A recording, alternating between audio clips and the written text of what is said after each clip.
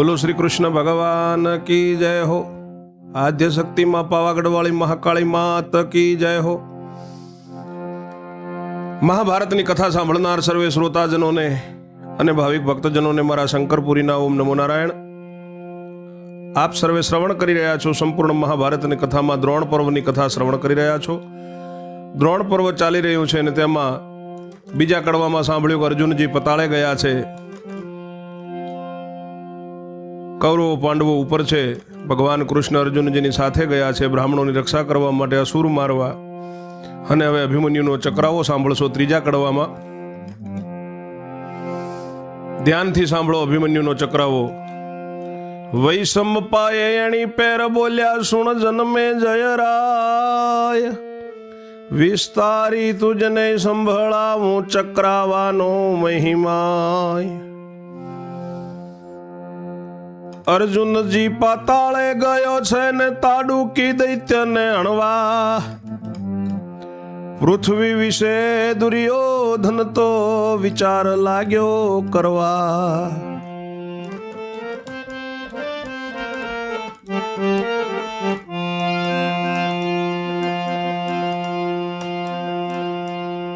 તંબુમાં જઈને દુર્યોધને તેડ્યા મહારથી યોદ્ધા, ગુરુ સહિત બેસાડીને કરાવા લાગ્યો બોધ।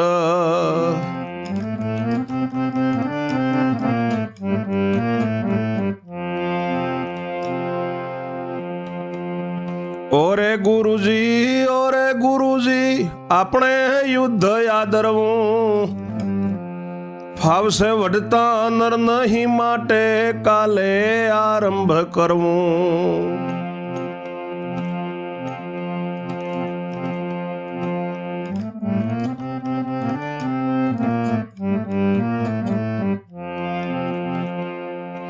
લાગ ભલો છે શત્રુને અણવા માટે ખેલ બતાવો, દ્રોણ કહે તું મરે તો પણ રણસ્તંભે નહીં આવું।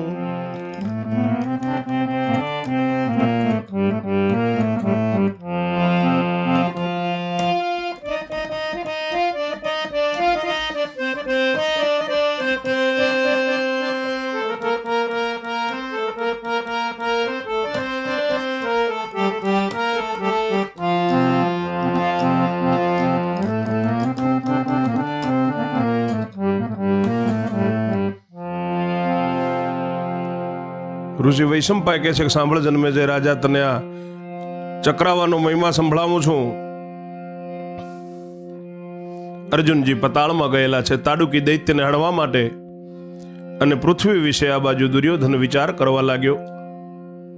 તંબુમાં જઈને દુર્યોધને મહારથી યોદ્ધાઓ જે છે ગુરુને તેડાયા છે અને બધાને તેડાવ્યા છે અને બોધ કરવા લાગ્યો છે કે ગુરુજી આપણે યુદ્ધ તો કરવું જ છે, પાંડવોને કાલે અર્જુન વગર ફાવશે નહીં લડતા, માટે કાલે યુદ્ધ આરંભ કરવું છે। શત્રુને અણવાનો લાગ છે માટે ખેલ બતાવું। દ્રોણ કહે છે કે તું મરે તોય રણસ્તંભે તો હું નહીં આવું। અર્જુનને મેં વિશ્વાસ દીધો ત્યારે ગયો પાતાળ, માટે રણસ્તંભે યુદ્ધ ન કરું ધૃતરાષ્ટ્રના બાળ। તવ દુર્યોધન રડી પડ્યો આરંભ યુદ્ધમાં બાપ, તમોએ પ્રતિજ્ઞા કરી છે તે સહુ મુજને પાપ। ગુરુ કહે છે કે અર્જુનને મેં વિશ્વાસ આપ્યો છે માટે એ પાતાળમાં ગયો છે, માટે રણસ્તંભે હું યુદ્ધ ન કરું ધૃતરાષ્ટ્રના બાળક દુર્યોધન સાંભળ। ત્યારે દુર્યોધન રોવા માંડ્યો કે મારા માવિતર મારા મા બાપ તમે યુદ્ધ કરો, તમે પ્રતિજ્ઞા કરી બધું પાપ મને। દ્રોણ કહે ફાવે તેમ કહે પણ તે નહીં કરું બુદ્ધ, તે કરતા જો તારી મરજી હોય તો આરંભું કોઠા યુદ્ધ।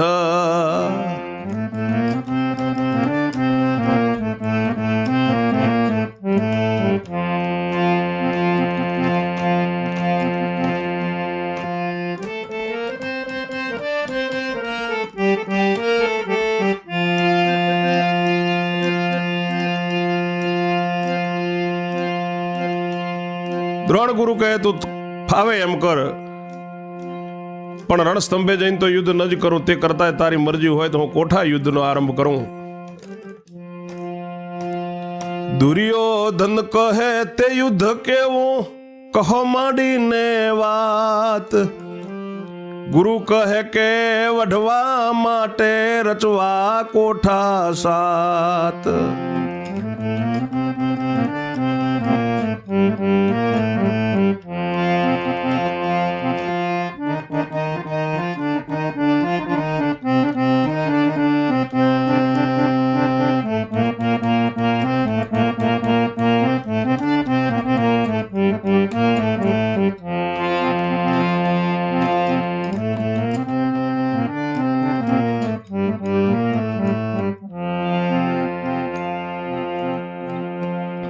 પહેલો કોઠો પાષાણ કેરો ને લોહ વજ્ર નો બીજો, મંત્ર વડે તે છે રચવાનો તોંબાનો કોઠો ત્રીજો.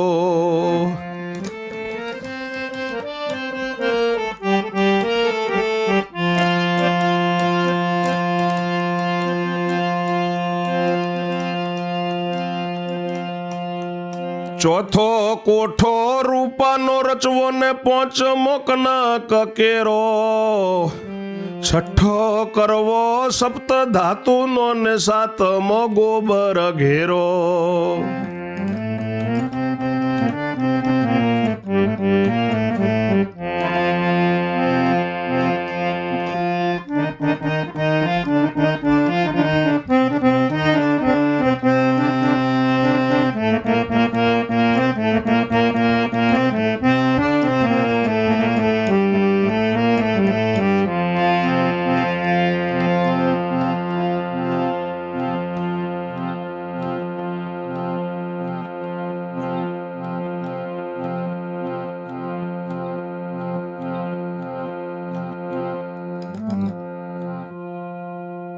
દુર્યોધન કહે છે કે મહારાજ તે યુદ્ધ કેવું, કેવા પ્રકારનું, કોઠા યુદ્ધ કેવા પ્રકારનું તે માંડીને વાત કરો. તો ગુરુ કહે છે કે એ યુદ્ધમાં લડવા માટે 7 કોઠા રચવા પડે. પહેલો કોઠો પથ્થરનો હોય, બીજો લોખંડનો લોહા વજ્ર જેવો હોય, બીજો લોહાનો હોય ને ત્રીજો વજ્રનો હોય, ત્રીજો તાંબાનો કોઠો હોય, ચોથો કોઠો ચાંદીનો હોય, રૂપાનો હોય, પાંચમો સોનાનો હોય, છઠ્ઠો સપ્ત ધાતુનો હોય ને સાતમો ગોબરના ઘેરો કરવો પડે. પહેલા ને 100, બીજા ને 200 ને ત્રીજા ને 300 દ્વાર, ચોથે 400 ને પાંચમે 500, છઠ્ઠે 6 ઘણા સાર.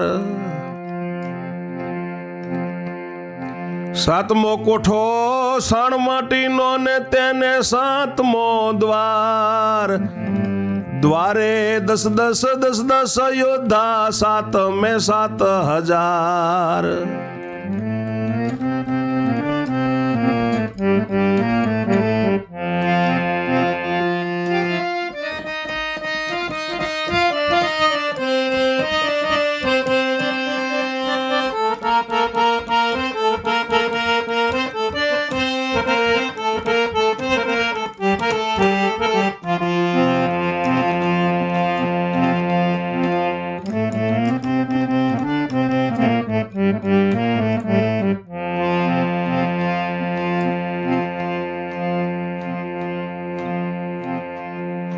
તે પ્રમાણે શિખર ધજા ચડાવ ચડતી હોય, મોખરે મહારથી એક એક શોભે ને તૈયાર થાય સૌ કોઈએ.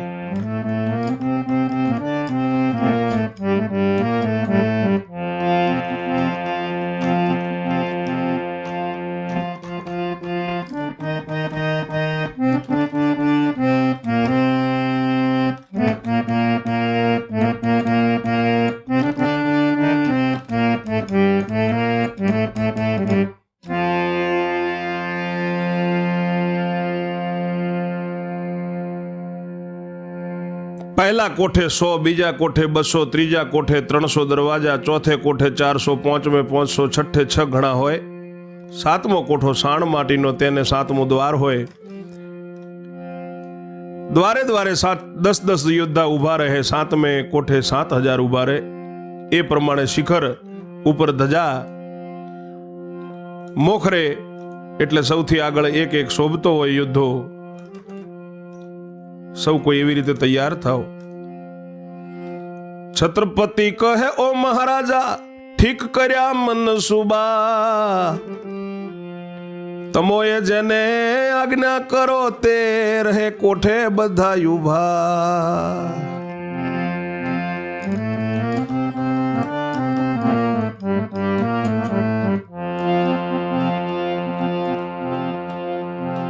દ્રોણે કહ્યું કે પહેલે કોઠે મોખરે રહેવું મારે, બીજો કોઠો લોહ વજરનો રહેવું કૃપાચાર્ય.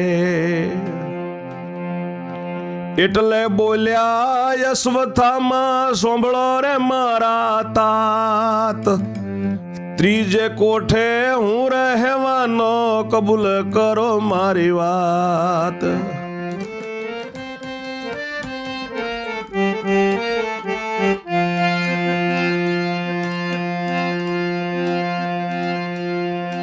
દ્રોણ કહે, તું રહેજે બેટા, ચોથે રહો રાજા કર્ણ, પાંચમે દુર્યોધન તું રહેજે, શત્રુનું કરજે મરણ.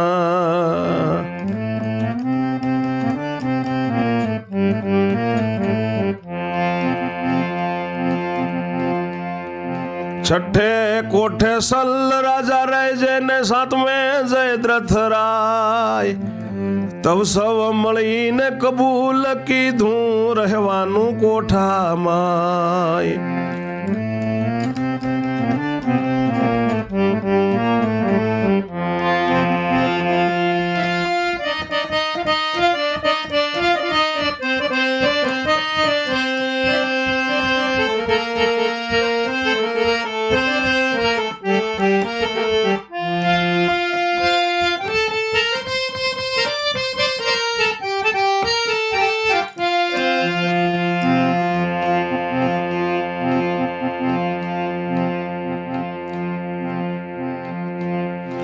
પછી શકુની માં મોરે બોલ્યો, ગુરુએ કીધો વિવેક, ઓ દુર્યોધન પાંડવ દળમાં પત્ર લખીને મૂકો એક.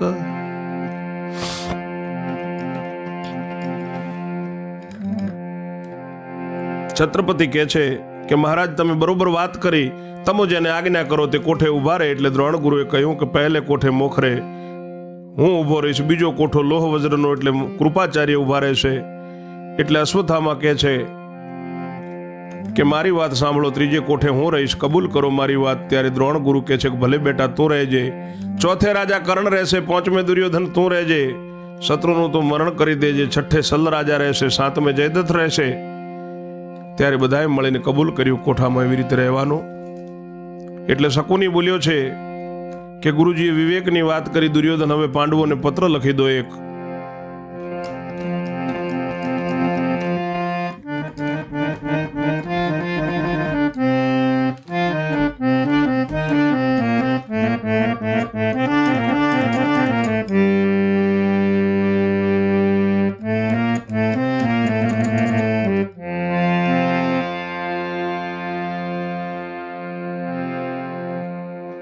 દુર્યોધને પત્ર લખ્યો કુંવચ ને કુમતી, ઓરે પાંડવ યુદ્ધ વિના તો એમથી રહેવાતું નથી.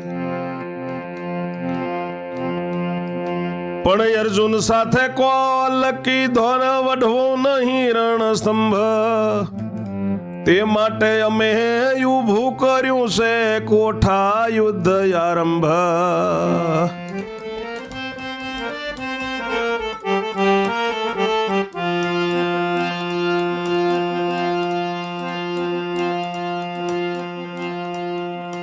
તે કોઠામાં આવજો કાલે સવારે પરવારી, એમ લખીને સાત કોઠાની સર્વે બિના ગુજારી.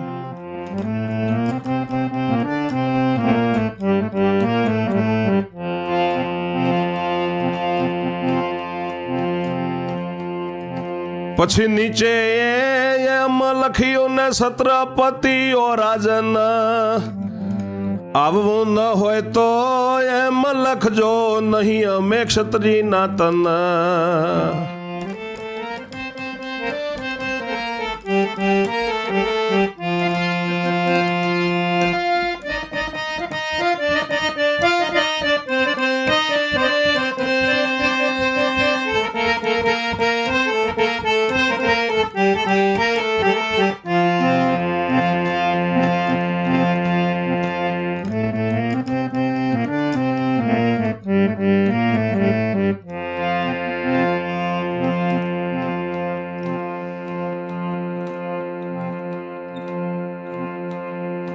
એવું લખજો કો તો આવજો, ખાસો નહીં ભૂલ થાપ. બે માંથી એક કરે નહીં તો તમને બ્રહ્મ હત્યાનું પાપ. એવો પત્ર લખીને મોકલ્યો ને સેવકો કેરી સાથ. પાંડવ સભા ભરીને બેઠેલા, ત્યાં દીધો ધર્મ ને હાથ.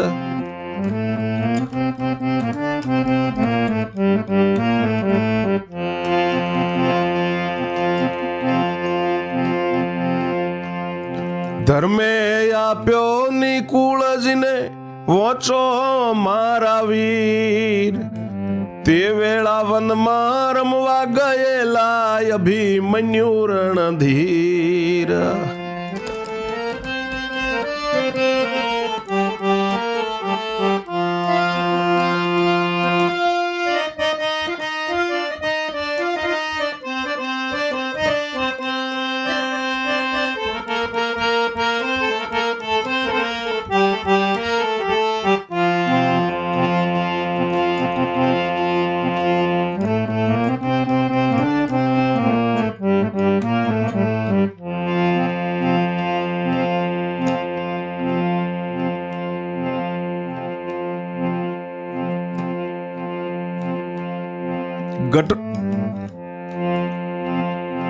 ગયેલો ગટોર ગસ તેની સાથે તે નવ જાણે વાત.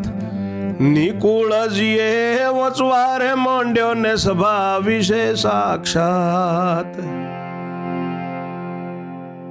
દુર્યોધન કુમતી કે છે, લખે છે પત્રમાં કે પાંડવો યુદ્ધ વગર અમારાથી રહેવાતું નથી, પણ અર્જુન સાથે ગુરુજીએ અમે કોલ કર્યો છે એટલે રણસ્તંભમાં લડવું નથી, એના માટે અમે કોઠા યુદ્ધ ઊભું કર્યું છે. તે કોઠામાં તમે કાલે વહેલા આવજો સવારે પરવારીને, એમ લખીને સાતે કોઠાની બધી વાત એની અંદર દર્શાવી છે કે આવી રીતે એમ ને એમ યુદ્ધમાં આમ કોઠા. પછી નીચે એમ લખ્યું છે કે છત્રપતિ રાજન, આવવું ન હોય તો એમ લખજો કે અમે ક્ષત્રિયના દીકરા નથી. એવું લખ્યું છે કાં તો આવજો, ભૂલ થાપ ખાશો ને બેમાંથી તમે એક વસ્તુ નહીં કરો ને તો તમને બ્રહ્મ હત્યાનું પાપ છે, એવું પણ લખ્યું.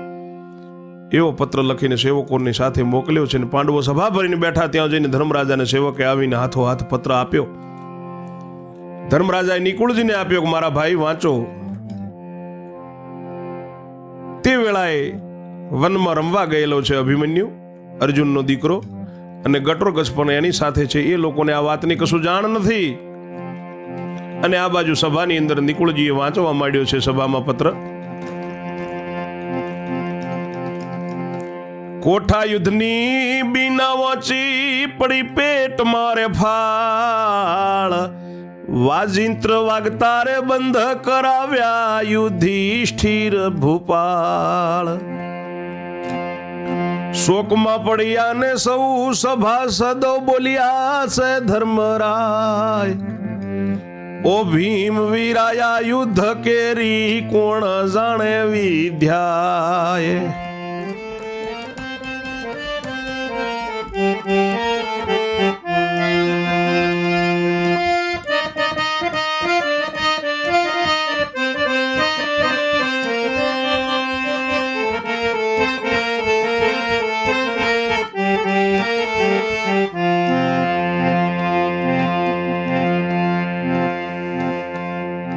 ભીમ કહે કે હું જાણતો નથી, દુષ્ટ તેવો યુદ્ધ માંગે. શરીરનો કોઠો કે વાયુનો કોઠો, કોઠો એનો લાગે.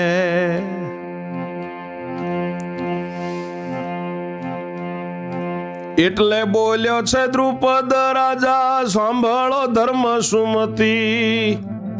કોઠા યુદ્ધ છે કાન મેં પણ હું શીખ્યો નથી. કોઠા યુદ્ધની બિના વાંચી ધર્મ નિકોળી એટલે ધર્મરાજાએ સાંભળી. પેટમાં ફાળ પડી, વાજિંત્ર વાગતા બંધ કરાવ્યા. ધર્મરાજા યુધિષ્ઠિરે બધા શોકમાં પડી ગયા. સભામાં જેટલા બેઠા હતા ને એટલા. ધર્મરાજા કહે છે કે વીરા ભીમ, આ યુદ્ધની વિદ્યા કોણ જાણે?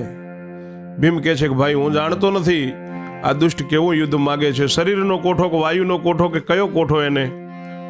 એટલે દ્રુપદ રાજા બોલ્યા છે, પાંચાળ દેશના નરેશ, પાંચાળીના પિતા રાજા દ્રુપદ કે ધર્મરાજ સાંભળો, કોઠા યુદ્ધ કાને સાંભળ્યું છે પણ હું શીખ્યો નથી.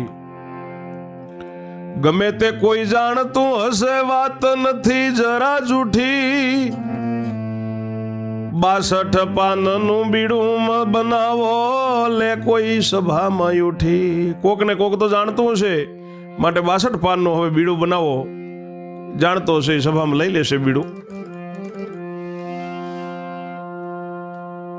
તવ સહદેવે 62 પાનનું બીડું બનાવ્યું, એક ભરી સભામાં ફેરવ્યું.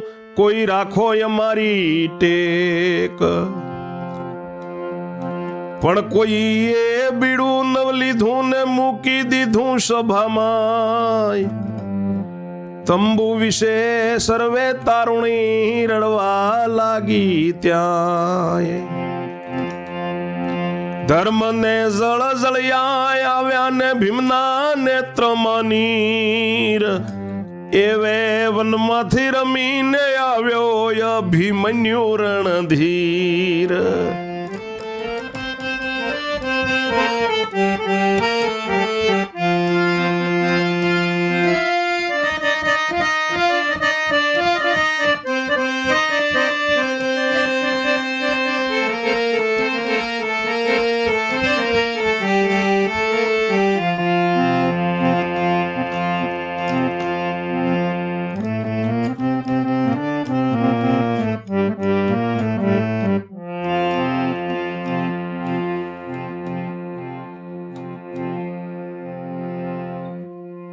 હું શીખ્યો નથી, સાંભળી છે. ગમે કોઈ જાણતું હશે, તમે 62 પાનનું બીડું બનાવો. એટલે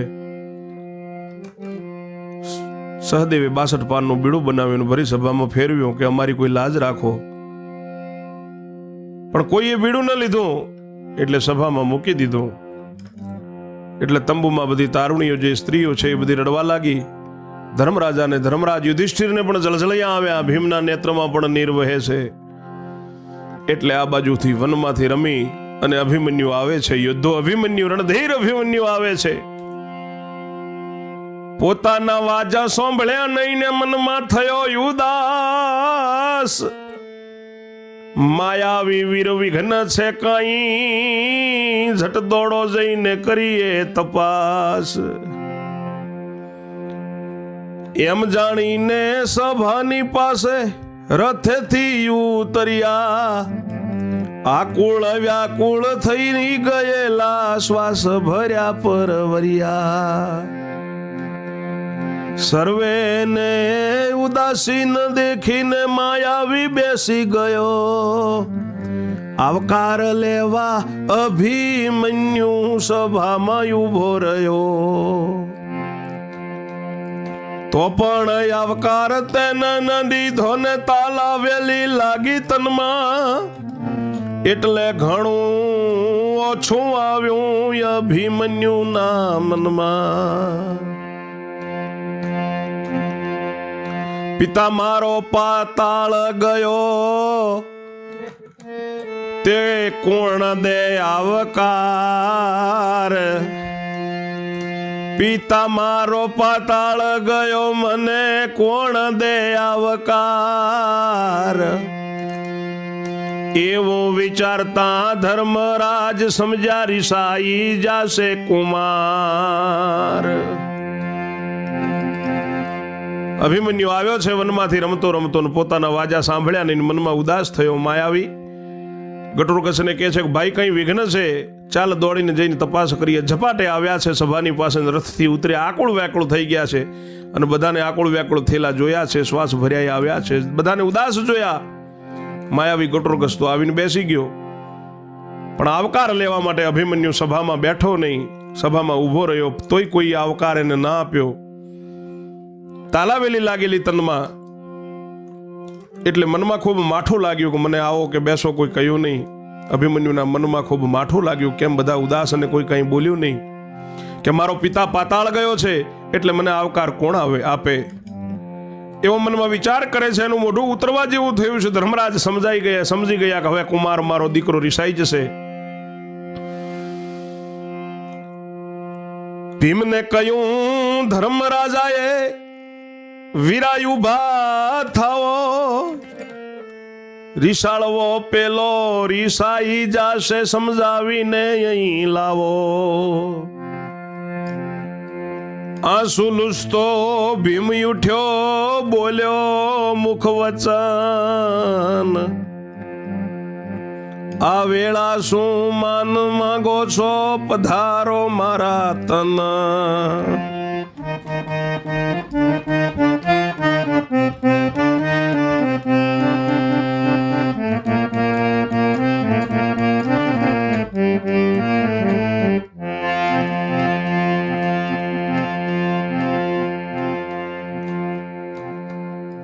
તાત તારો પાતાળ ગયો છે ને જોડે નંદ કિશોર, સોમણ દિવેલે દીવા વિના સે અંધારું ઘોર.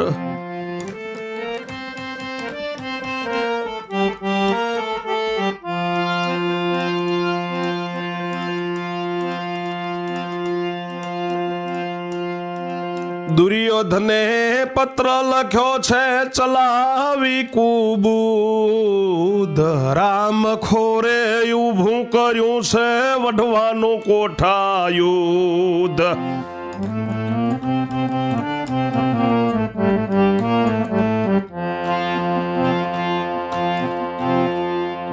તે કોઈએ જાણતા નથી, તે માટે બીડું કયું, ભરી સભામાં પડી રહ્યું છે, કોઈ જને નથી લ્યું.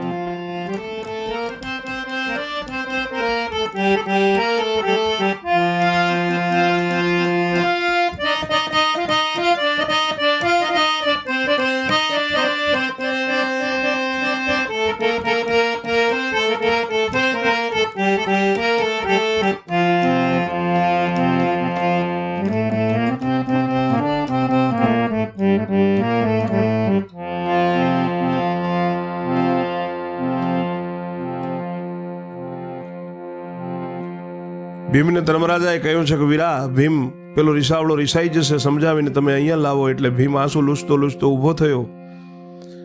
ઊભો થઈને મોઢાથી બોલ્યો છે કે વીરા બેટા, આ વેળાએ શું માન માંગો છો, પધારો મારા દીકરા. તારો બાપ પાતાળ ગયો છે, જોડે ભગવાન નંદકિશોર જોડે છે, હોમણ દિવેલે દીવા વિના અંધારો ઘોર છે.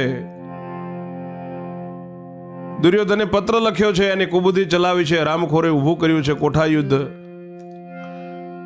કોઈ જાણતા નથી ને એના માટે બીડું કર્યું, ભરી સભામાં પડી રહ્યું છે, કોઈ હજી લીધું નથી. ભીમ એવું કહ્યું છે અભિમન્યુને. સાંભળીને અભિમન્યુ ચાલ્યો, ખરવાણ બાણ ન ચૂક્યું. સભાની વચમાં બીડું પડેલું લઈને મુખમાં મૂક્યું.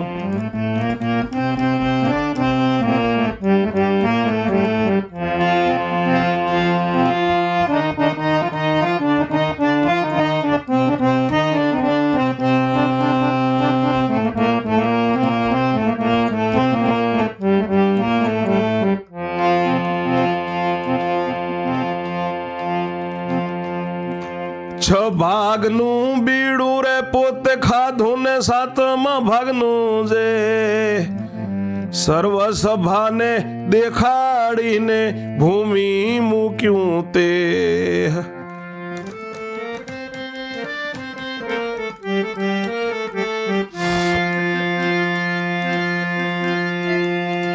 તે પછી પોતે એવું એ બોલ્યો ને મુજ જનેતાએ જણ્યો. તે સમયે માતાના ઉદરમાં 6 કોઠા વિદ્યા ભણ્યો.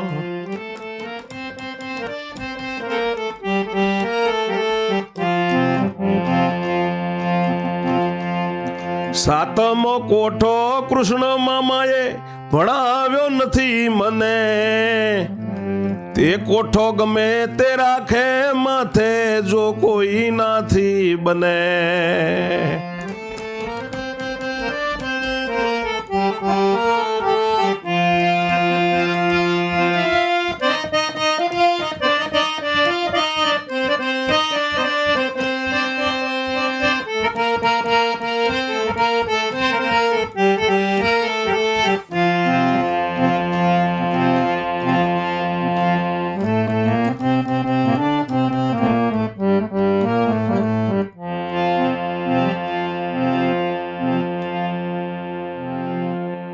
ભીમે વાત કરી એટલે સાંભળીને અભિમન્યુ ચાલ્યો છે. જેમ ખરર દઈને બાણ જાય ને ચૂકે નહીં, તેમ સભાની વચમાં બીડું પડેલું છે તે જઈને લઈને મુખમાં મૂકી દીધું છે અભિમન્યુએ. 6 ભાગનું બીડું પોતે ખાધું, 7મા ભાગનું જે છે એ બધી સભાને દેખાડીને ભૂમિની માથે મૂક્યું છે. એના પછી પોતે એવું બોલ્યો છે કે મારી જનેતાએ મને જણ્યો ને એ સમયે માતાના ઉદરમાં હું 6 કોઠા વિદ્યા ભણ્યો હતો. 7મો કોઠો મારા કૃષ્ણ મામાએ મને ભણાવ્યો નથી. એ કોઠો ગમે એ માથે રાખે જો કોઈનાથી બને તો. એવું સાંભળીને વૃકોંદરે મનમાં કર્યો વિચાર, છાણ માટીનો ભાગવો કોઠો તેમાં શી લાગે વાર.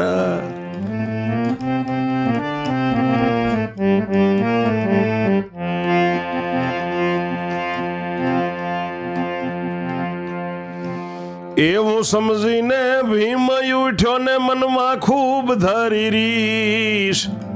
પાનનો કટકો મોઢામાં મૂક્યો ને 7મો મારે શીશ.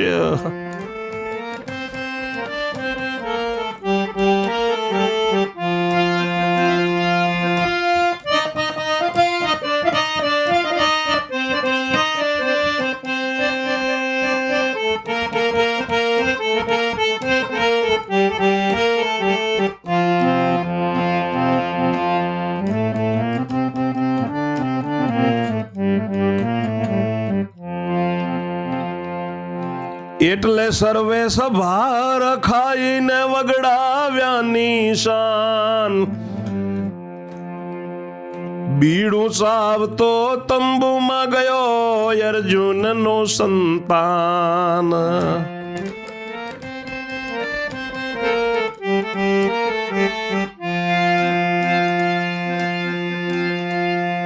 સુભદ્રા તવ પૂછવારે લાગી ઓ મારા સંતાન,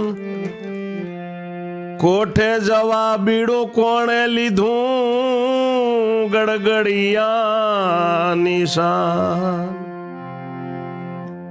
અભિમન્યુ કહે માતા મારી સુરતણું કામ મેં કીધું, જો મુખ મારું રક્ત થયું છે યુદ્ધનું બીડું મેં લીધું.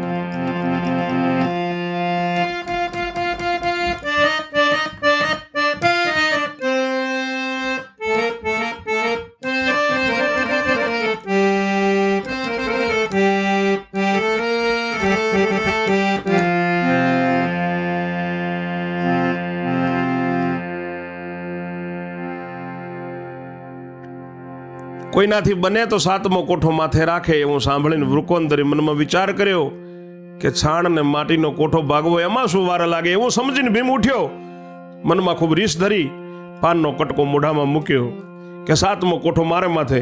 એટલે સર્વ સભા રખાઈ અને પાંડવોના નિશાન વાગ્યા.